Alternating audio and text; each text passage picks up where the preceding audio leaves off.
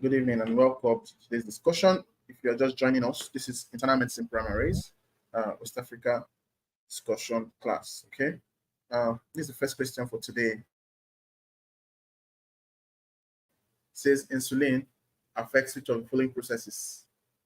Glucagon synthesis, lipid synthesis, gluconeogenesis, androgen synthesis.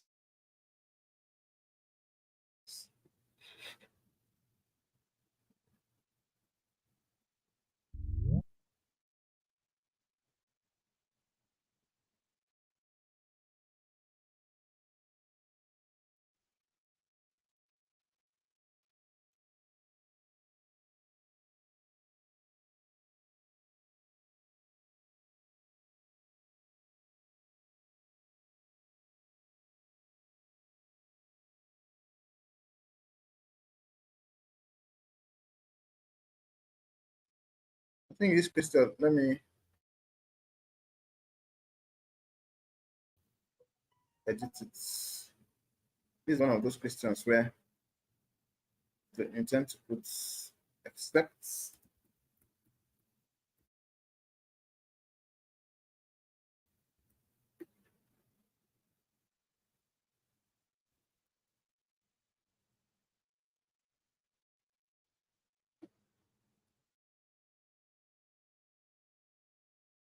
insulin affects the following processes except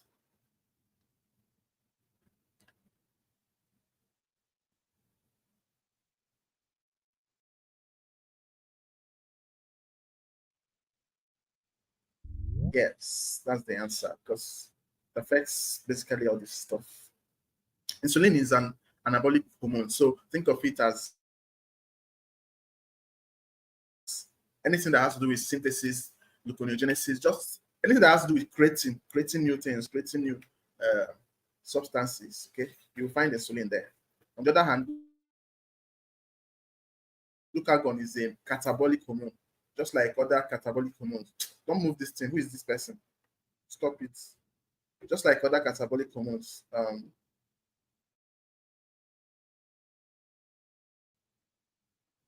including epinephrine, adrenaline, okay, no adrenaline, all those stuff. Um, what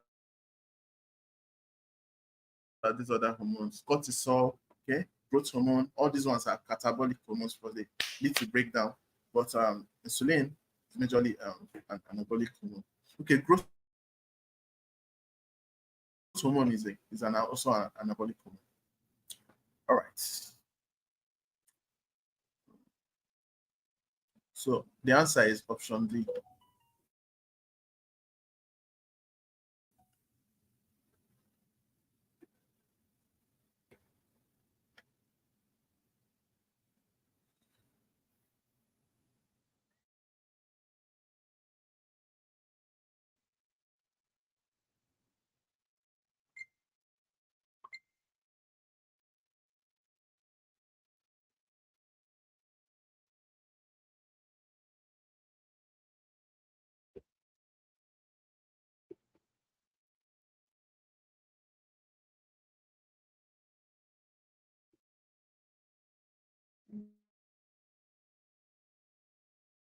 Your West Africa exam, look out for, you know, like I always tell candidates, it's more like odd man out exam than like proper. Who is? I'll remove you, Dr. Casey. I'll remove you. The next time you do this, I'll remove you. Okay. So polyuria may be associated with the following: DM, hypercalcemia, hypokalemia, hypothyroidism, psychological disturbance. So this is probably also an accept question.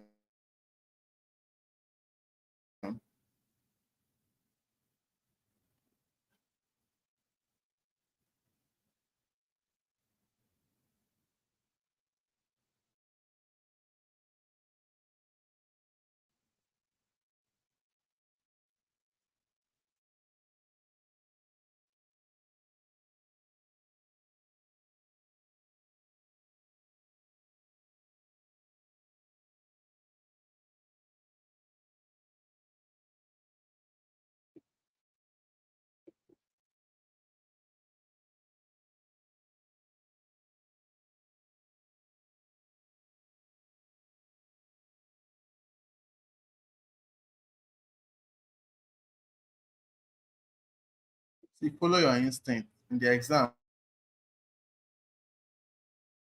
And follow your instinct. Don't overthink things. The answer was obvious. Like, how have you ever seen polyuria as part of the symptoms of hypothyroidism anyway? You don't have to overthink things. When you overthink, you miss it. Just follow your instinct. You're a doctor. Gone through the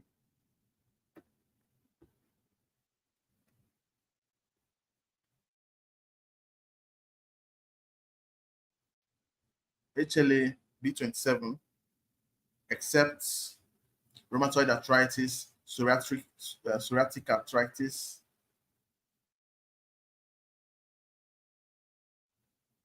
ankylosing spondylitis,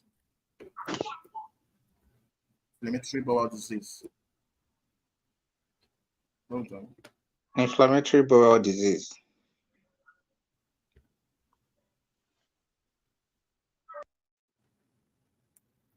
Just hold on first.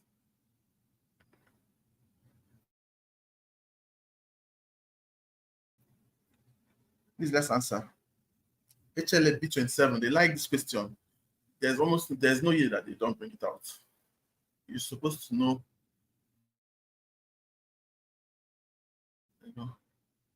all the diseases that are associated with HLA B27. HLA means human leukocyte antigen. Okay, so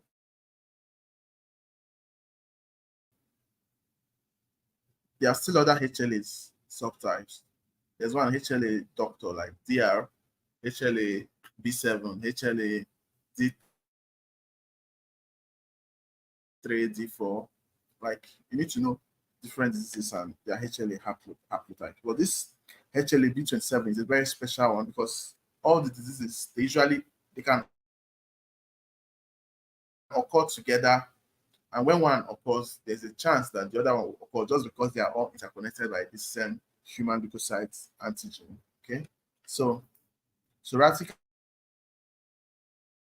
arthritis is there, ankylosing spondylitis is there, inflammatory bowel disease, especially Crohn's disease, is there. There's also another seronegative something. Okay, so the odd man out there is rheumatoid arthritis.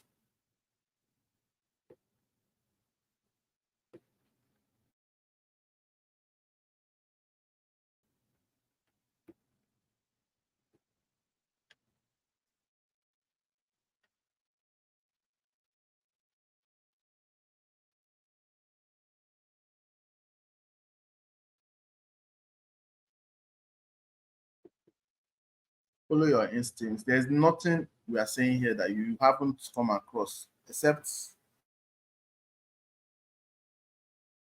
even if it's been long that you left medical school, somehow, some of these things will ring a bell because the brain doesn't forget things.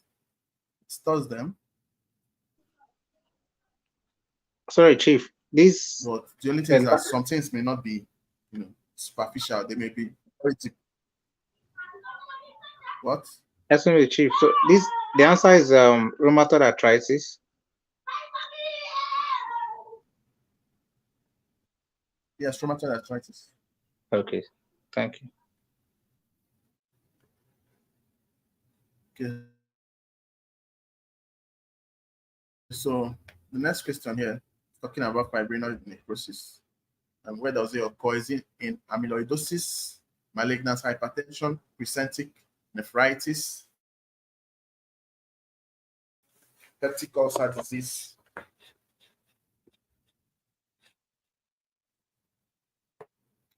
Follow your instincts.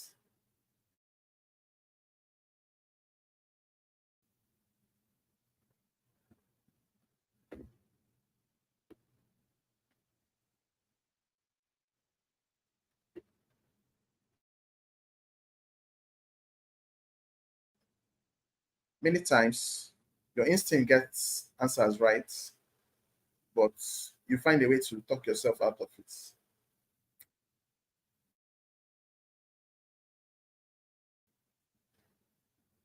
You will not always be 100% correct, but if you follow your instincts, your medical instinct, most likely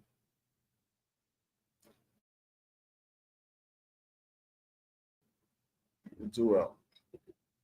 Well, overthinking the cause problems. All right.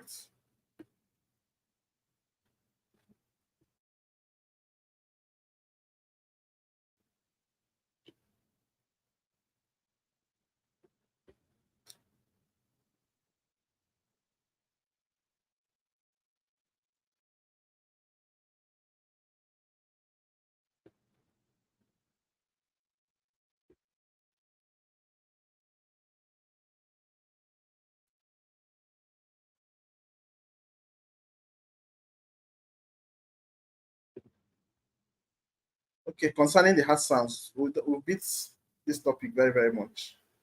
Concerning hard sounds, uh, first hard sound is due to closure of mitral and tricuspid valves. Okay, let me put the question for you. First hard sound is due to closure of mitral and tricuspid valves. P2 is widely split and fixed in ASD. First hard sound is loud in mitral stenosis. Second hard sound is absent in systemic hypertension. Second hard sound is widely split in right bundle branch block.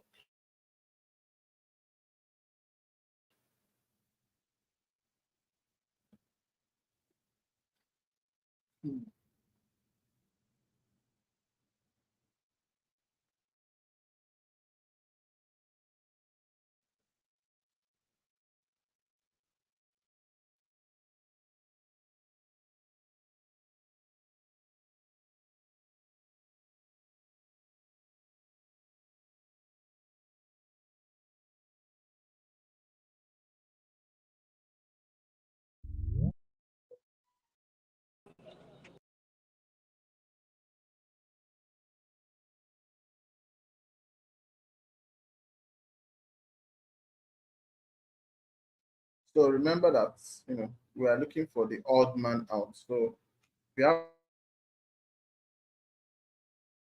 that in mind, you get. And so second heart sound cannot be absent in systemic hypertension. Since you started coming across systemic hypertension, have you ever heard something like that? And by the way, if you look at the nature of the valves, the second heart sound coincides with the closure of the outlet valves, okay, which is the aorta. And if you're talking about systemic hypertension, you're basically talking about pressure in the aorta and other vessels that derive from it, right?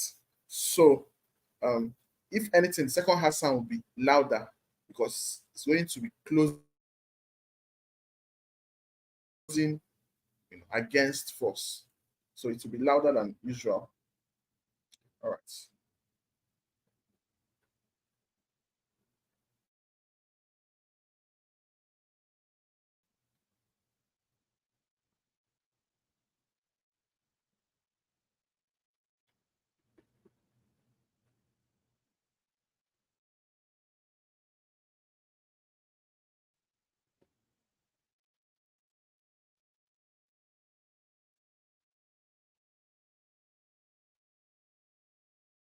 So clinical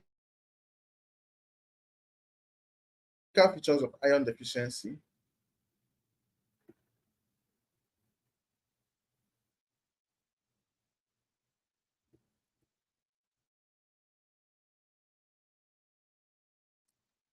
Increased menstrual loss, angular stomatitis, leukoplakia of the tongue, repeated mild infection of upper respiratory tract,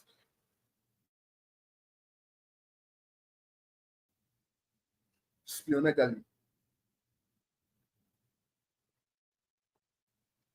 In this context, which one would you say is associated with iron deficiency?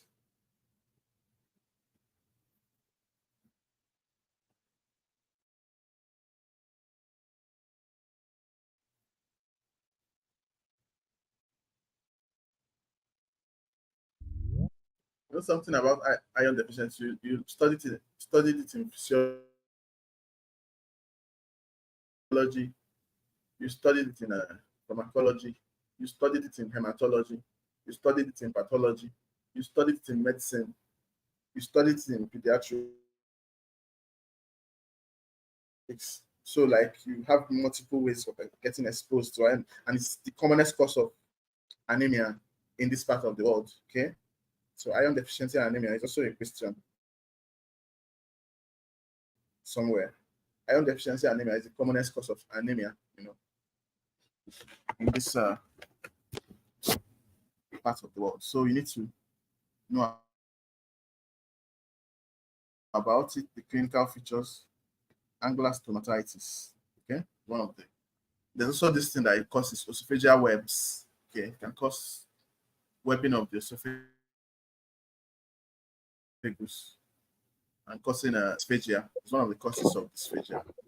As you start going to the complicated clinical features, like these are complications now. No, not just apart from the regular tachycardia and so on and so forth. Features of anemia, fatigue, tiredness, all those stuff.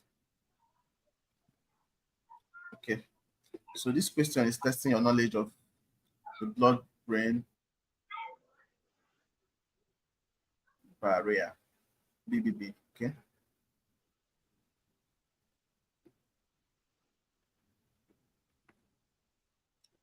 Which of the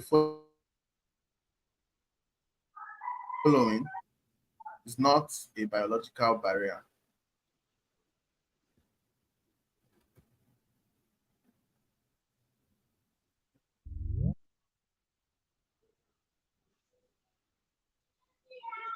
BBB, cell membrane, placenta, renal tubule, capillary walls.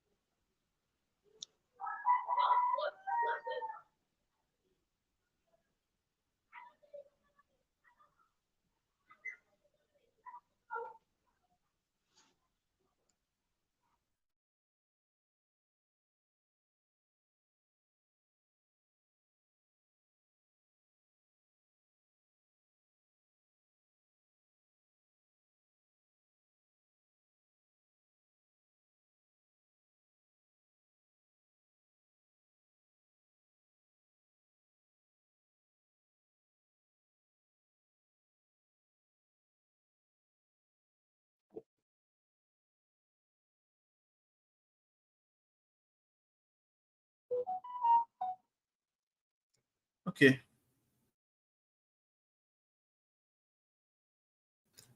So let us discuss with everybody.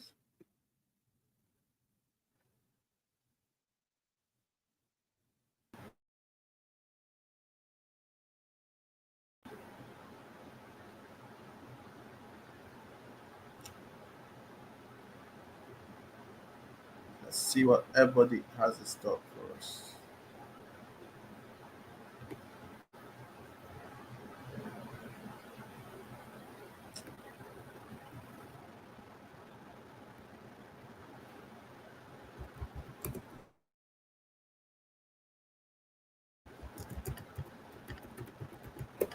So let's start by asking, what is a biological barrier? Lists all in the body.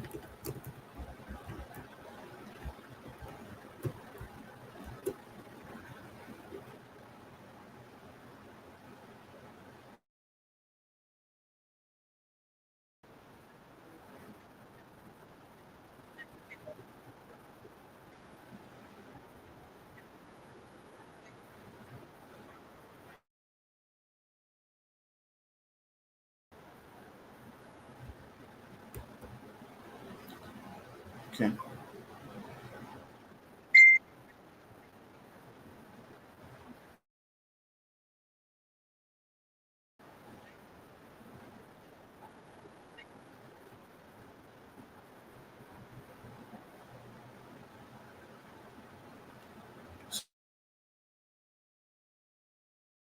So the cell membrane is, even though some substances can pass through it, but like it's not regarded as a biological, barrier. All right.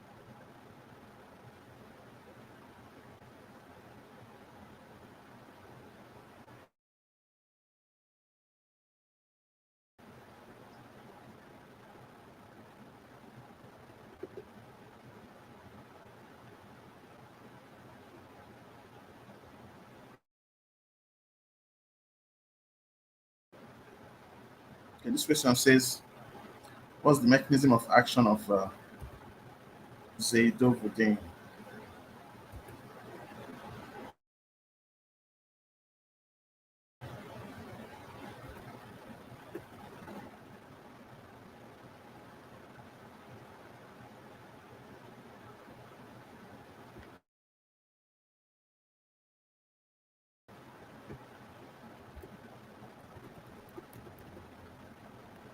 Zidovudine is a thymidine analog. Belongs to a class of anti-HIV drugs called nucleoside reverse transcriptase inhibitors. NRTIs blocks the HIV enzyme called reverse transcriptase, uh, prevents HIV from making DNA copies of its RNA. Option E, none of the above.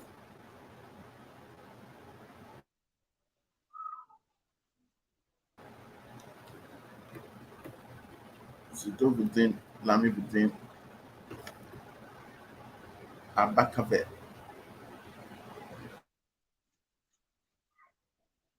entecavir.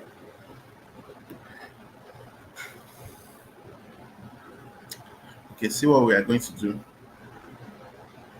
Let's do a refresher on the different types of antiretroviral medications. Okay,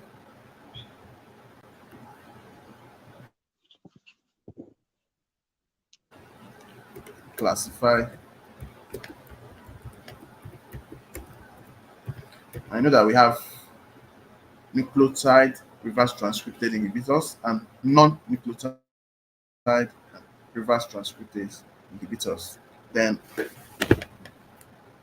antiviral, classify, antiretroviral.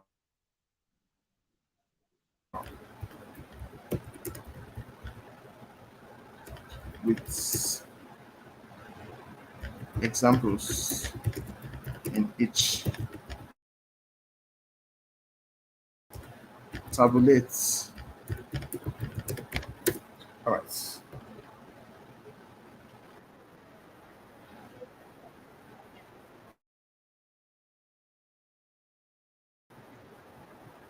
So there's um,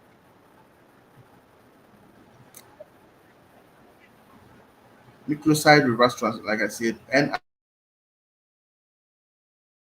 NRTI, and nucleotide. There's nucleoside, okay. There's nucleotide reverse transcriptase inhibitors. That's NTRTI. There's the non-nucleoside that's NNRTIs. Okay. There's the protease inhibitors. Okay. Then there's the N3 inhibitors because they test you on these things in your exam. And then there's integrase inhibitors. So let's start. Let's go back to the first one. So nucleoside reverse transcriptase inhibitors, the NRTIs are the zidovudines, lamivudine, tenofovir, emtricitabine, lamivudine, okay, stavudine, all the vudines, okay, a lot of the vudines, and some few other things, okay, are there. as NRTIs. Then NTRTIs, that's nucleotide reverse transcriptase inhibitors. Tenofovir is the one that is there. Okay, so you can also count it as both nucleotide and nucleoside, but it's also there in nucleoside. It's the only one that is there. Then the non-nucleoside is this common ones: efavirenz, nevirapine, etravirine, rilpivirine. Okay, I know that efavirenz and nevirapine are very common, and I think nevirapine is very much preferred in pediatric patients, like children that are being managed for HIV, right? Then efavirenz has a place in TB patients or something like that. So protease inhibitors is another big class. That's why you have all these common ones: indinavir, ritonavir, saquinavir, atanavir, atazanavir, lopinavir. Okay, those are protease inhibitors. Then entry inhibitors, because um, that's why you have maraviroc. So this one was popularized onto like it's a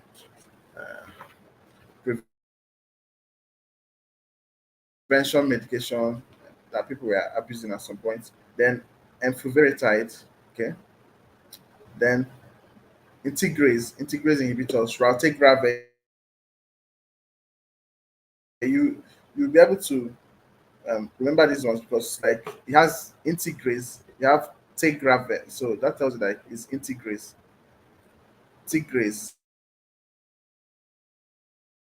Okay, you have tegra, so you can remember those ones. Integrase inhibitor, raltegravir, and elvitegravir. Okay, so another thing to know about here generally, okay, the name already suggests their mechanism of action. So we know that HIV, the virus, is called a retrovirus because it when it gets into the human body, into the cells of the body, okay, it's going to make a copy because it's an RNA virus. This is the human body, a human cell, okay, and this is the RNA virus. And we know that the what do you call it? The the dogma of biology, okay, states that information moves from RNA to DNA and then DNA to protein. So is transcribed from RNA to from from RNA to DNA. Okay, sorry, from DNA is transcribed from DNA to RNA and then translated from RNA to proteins. Okay, so you have three layers. This is DNA is the one that's supposed to be inside the body. Okay, DNA to RNA,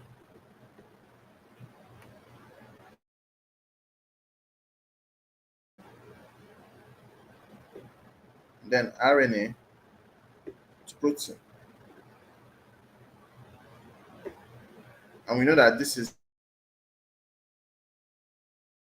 transcription. This process here is called transcript.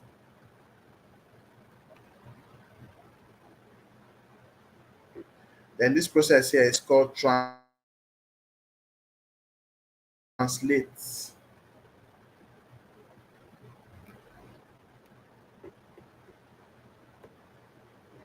All right. So why did I talk about this thing? HIV is an RNA virus. All right.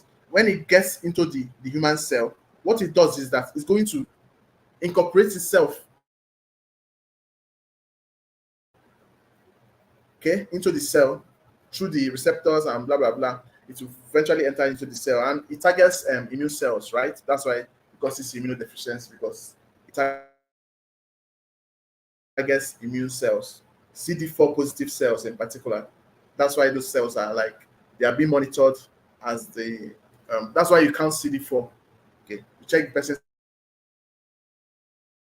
CD4 counts when the person has HIV and all those things to test their level of immunity. Okay, so it targets CD4 cells, it targets macrophages. Macrophages are actually going to store it a lot and then disseminate it. So when it gets into the cell, it will convert itself because it has an enzyme. It comes with an enzyme. The HIV virus comes with an enzyme called reverse transcriptase. Remember that we said that DNA is transcribed to RNA. So if you want to convert, because these steps are interchangeable, it's a reversible reaction. So this is called reverse transcription. Okay, so to convert RNA back to DNA is called reverse transcription. Why? To convert DNA to RNA is called transcription. So the HIV virus comes with an enzyme inside it called reverse transcriptase. All right. Okay, so the life cycle of HIV, first of all, it needs to bind to the CD positive cell. It needs it has some, is it protease or something that it uses to bind. Okay, I can't remember what's the name of that. Is it GP41 and GP120? Something like that. If anybody read it, to send. Yes, sir. GP 120, Maybe you help us. the But I think it's GP120 and then transmembrane. GP41. Yes, sir. Yes. So it will use that thing to bind first. Okay.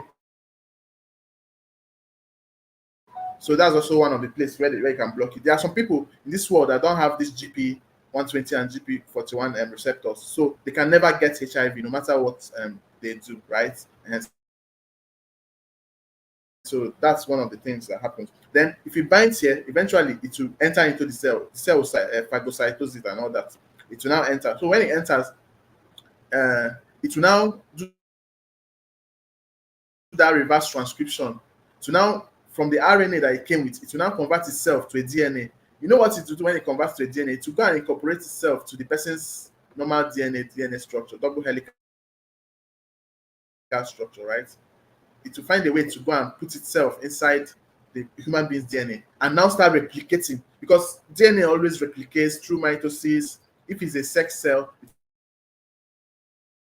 to be meiosis, right? But normal cells will use mitosis, so they'll be replicating, multiplying all the time. So the HIV has incorporated itself into the DNA, so it will just keep replicating with the everything that is going on with the system. So that's where reverse transcriptase inhibitors come in, because they are going to inhibit that enzyme that HIV comes with, which is reverse transcriptase, and prevent it from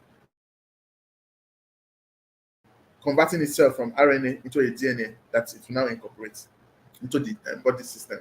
Okay, so that's one of the this thing. Uh-huh.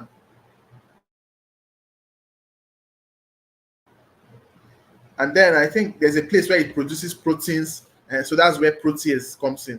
And so you now use protease inhibitors to prevent it from producing some of those proteins that it normally produces. So that's basically it about knowing where and where. Okay.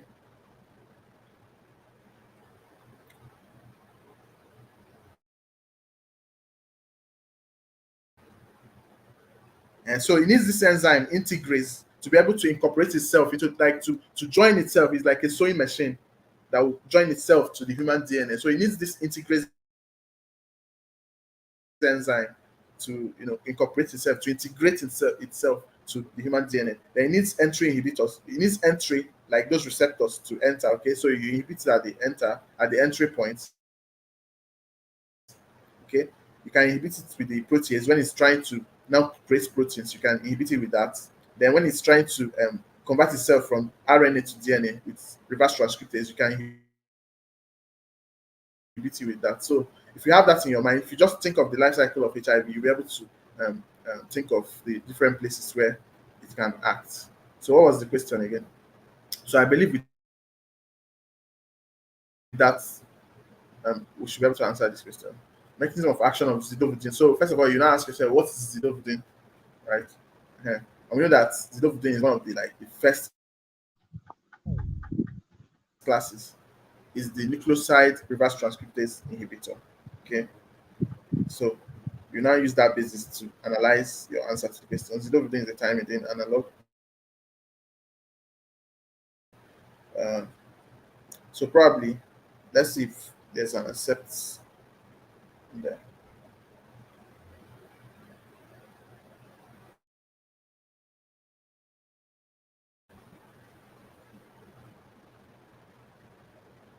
So yeah, zidovudine is a thymidine analog because we're talking about nucleosides. So thymidine is one of the nucleosides.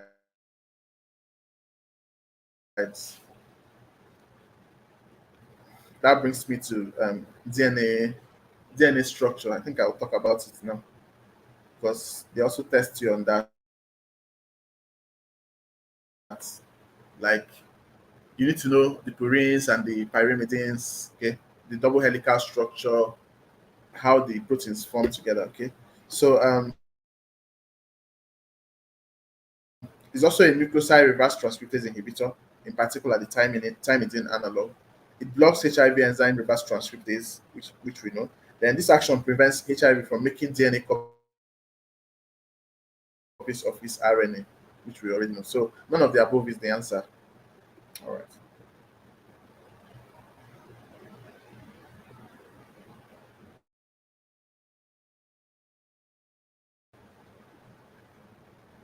Is this an accept question?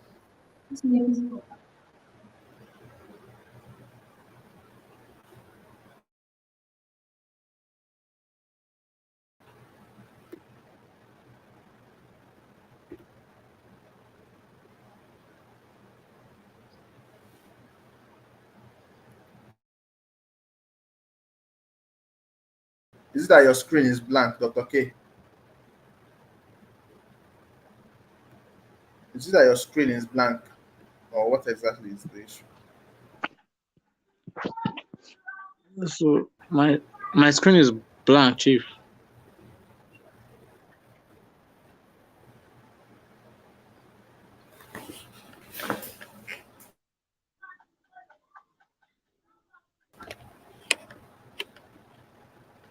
You're asking if it's an accept question.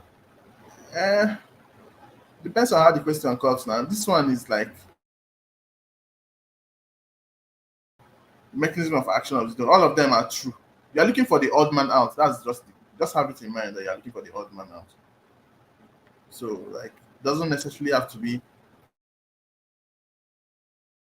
accept in the actual sense of accept, but it's an accept because it's not doesn't follow the logic of the others.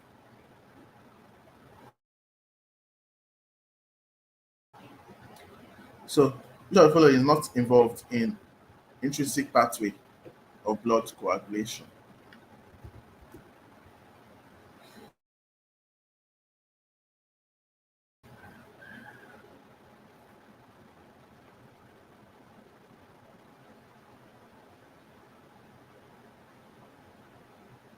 Chief, factor 7 is repeated twice.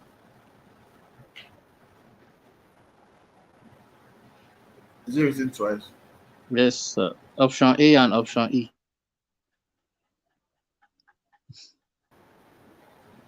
Okay. No problem. That tells you it's very important.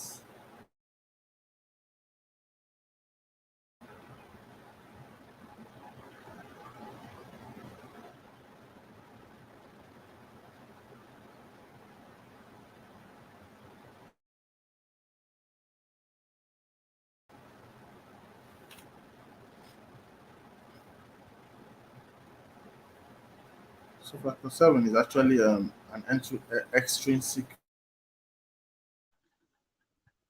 factor.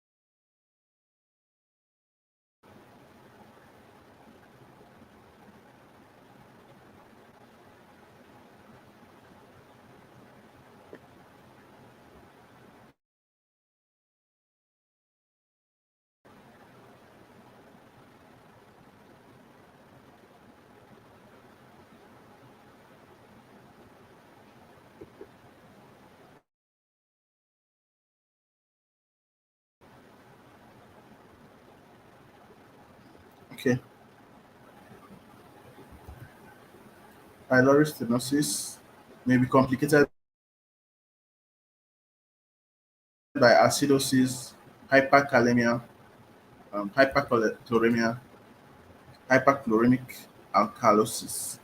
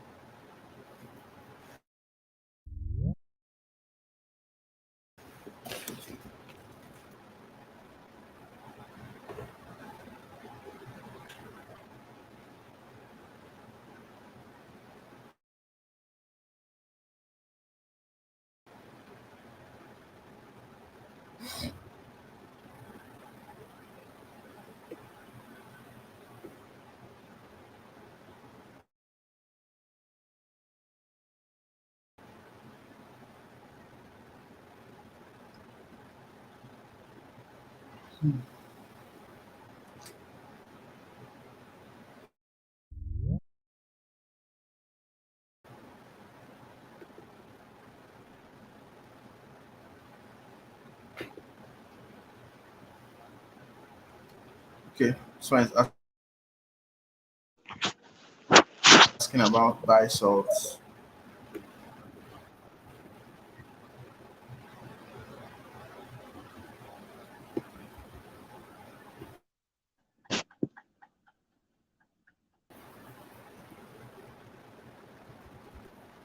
The major site of bile salt absorption is stomach, duodenum, proximal small intestine, distal small intestine.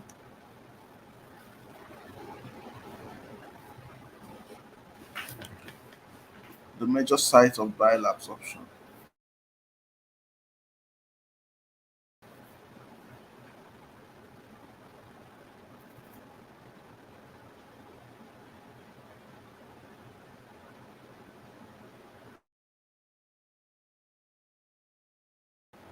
First of all, there are some things that will just rule something out for you because it cannot be stomach because where does bile enter the gut from?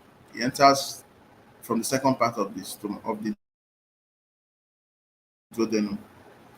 Okay, at that C shape, it enters together with the pancreatic duct, and two of them through the is it foramen of Odi or something like Ampulla of Vata, Chief.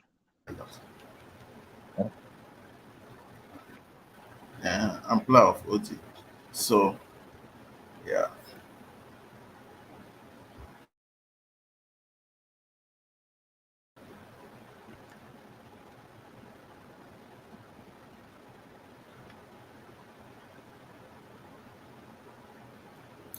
So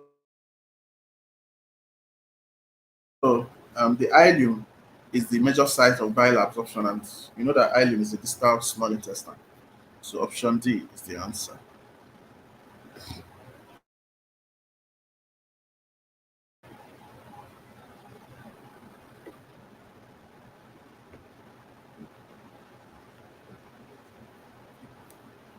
If you remember your what's that enterocirculation of bile, that thing was the major topic. So basically, when you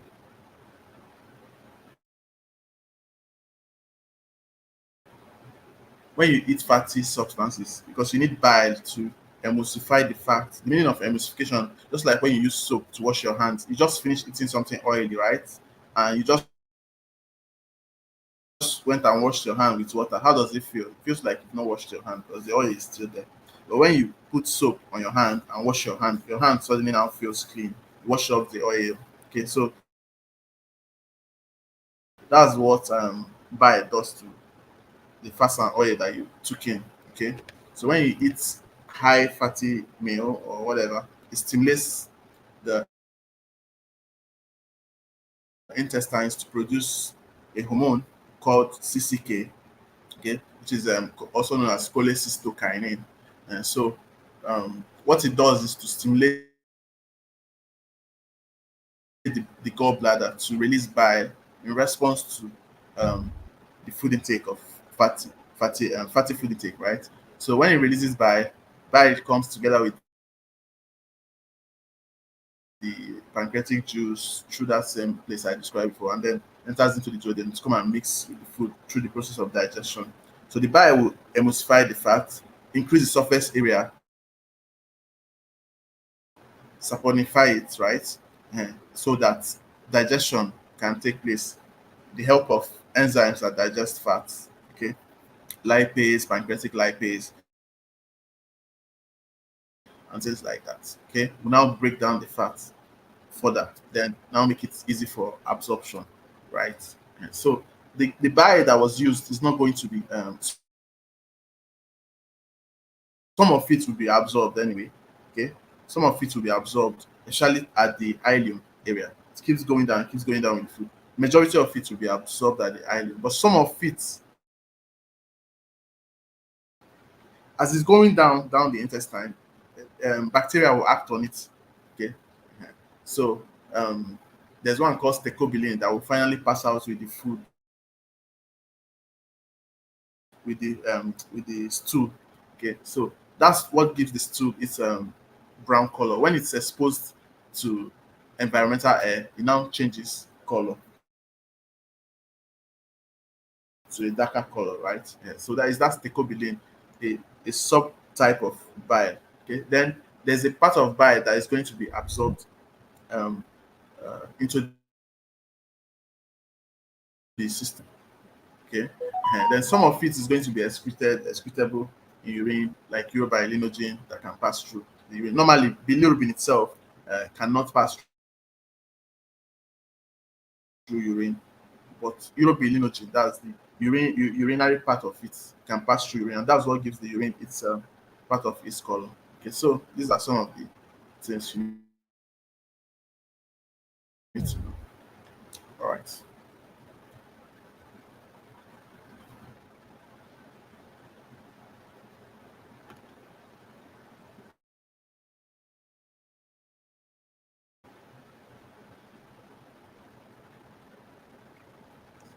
And bile itself is actually derived partly from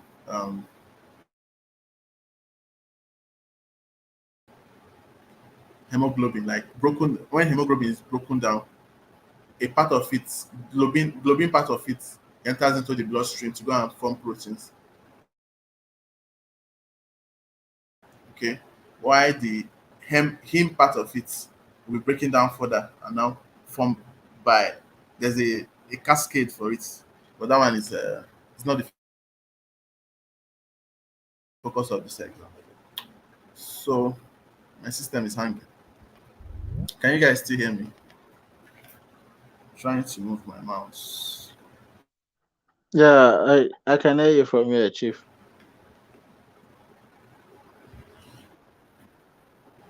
Okay.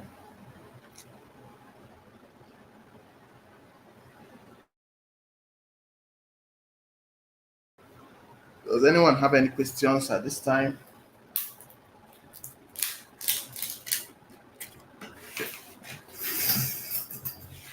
Should be a good time to ask because my mouse is hanging for now.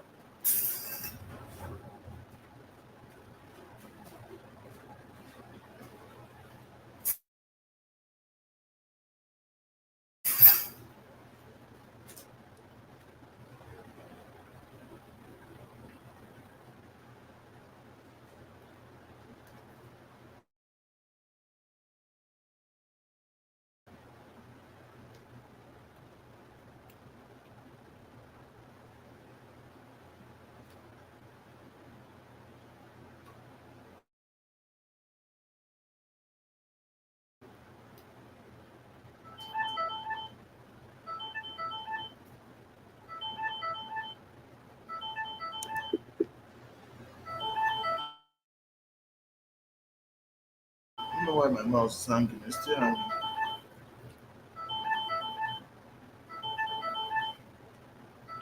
So I think I should use the opportunity and talk about the the DNA. So like I briefly mentioned earlier,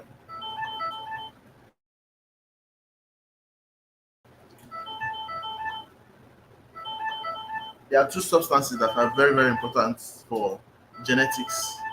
So DNA and RNA.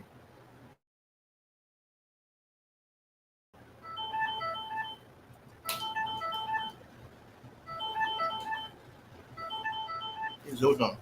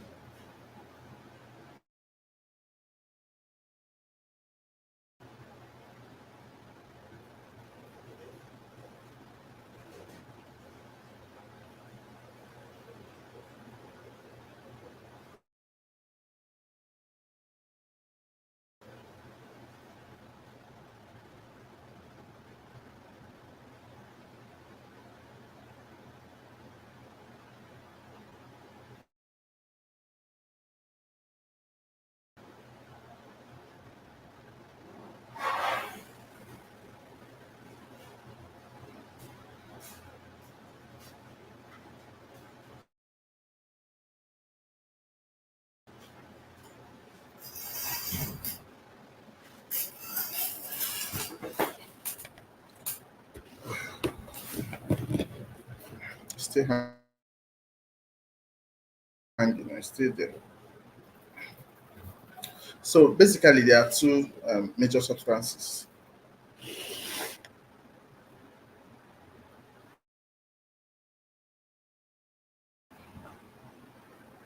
I should join with another device.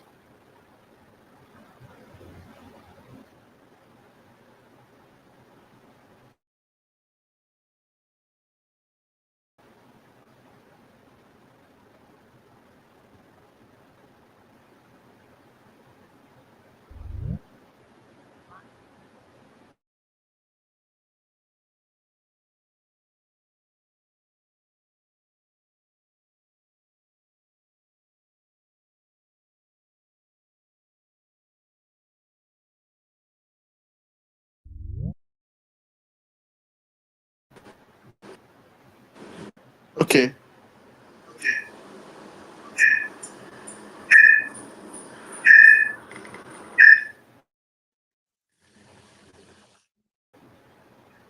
All right.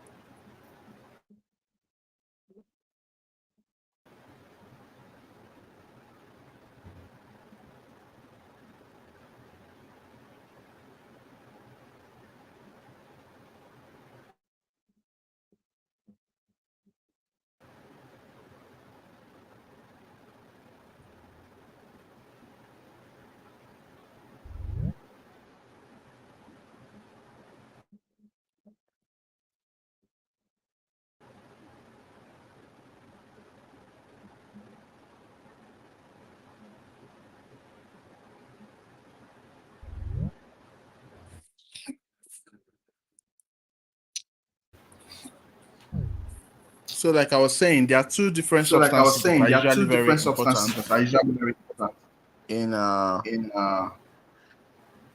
in genetics, okay? And we know that genetics is the study of genes and how they are transmitted from one generation to another. So the RNA From my and then side, the Chief, DNA, I've already talked about the your voice is echoing. dogma.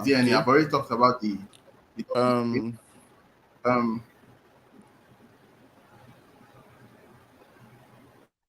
It's echoing, Chief, from my side. Like it's repeating itself. Your voice. Somebody saying something. Yes, your voice is echoing, Chief. Is that correct, right? Yes, That's yes. because I'm trying to stream from another device.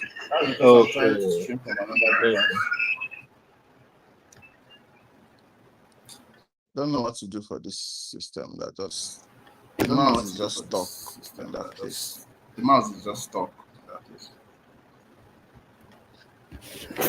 Let me see. I'll just be talking because I can't really post the question.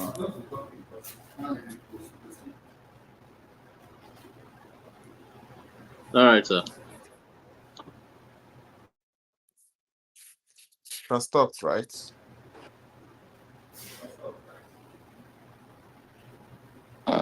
Yes, no, it's not audible anymore, sir. Yes. So the DNA, the meaning of DNA is deoxyribonucleic deoxyribonucleic acid. Okay. Then RNA is ribonucleic acid. So